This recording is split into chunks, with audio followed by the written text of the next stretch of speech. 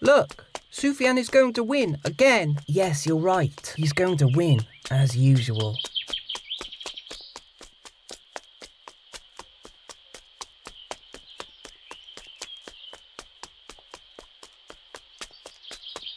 Good job, Sufyan. You broke the record this season.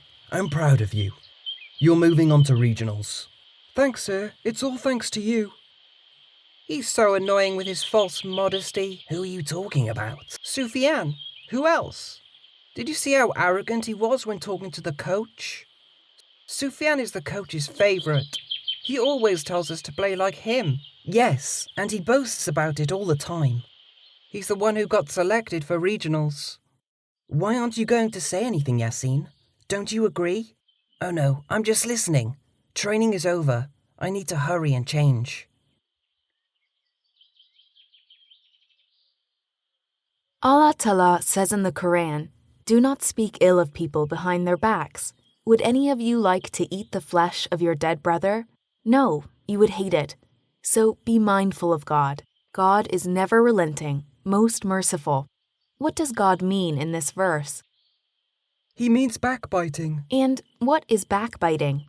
Backbiting is talking bad about someone when they aren't around. What if what he said is true? Is it still considered backbiting? There is a hadith where the Prophet Sallallahu Alaihi Wasallam said, Sallallahu Alaihi Wasallam. According to Abu Huraira, do you know what backbiting is? The companion said, Allah and his apostle know best. So the Prophet said, backbiting implies talking about your brother in a manner that he does not like. They said, what is your opinion about this if what I said about my brother is true? He replied, if what you said is true, then you did backbite him, and if it is untrue, then you slandered him. This is how the Prophet teaches us that even when saying something true, one must not talk behind people's backs. And if it is untrue, then two sins were committed, slander and lying. Does backbiting only count when it's spoken? No, Sami. Backbiting can also be non-verbal. Any gesture, action, or writing that expresses bad things about a person is considered backbiting. What about those who listen? Those who listen are just as guilty as those who talk, unless they disagree with their minds and hearts.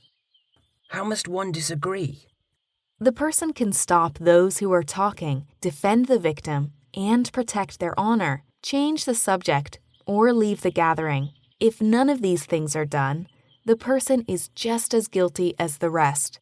Our Prophet, Sallallahu Alaihi Wasallam, warned us, Sallallahu Alaihi Wasallam. O you who believe by their tongue, and belief does not enter their hearts, do not backbite Muslims, and do not search for their faults. For if anyone searches for their faults, Allah will search for his faults, and if Allah searches for the faults of anyone, he disgraces him in his house.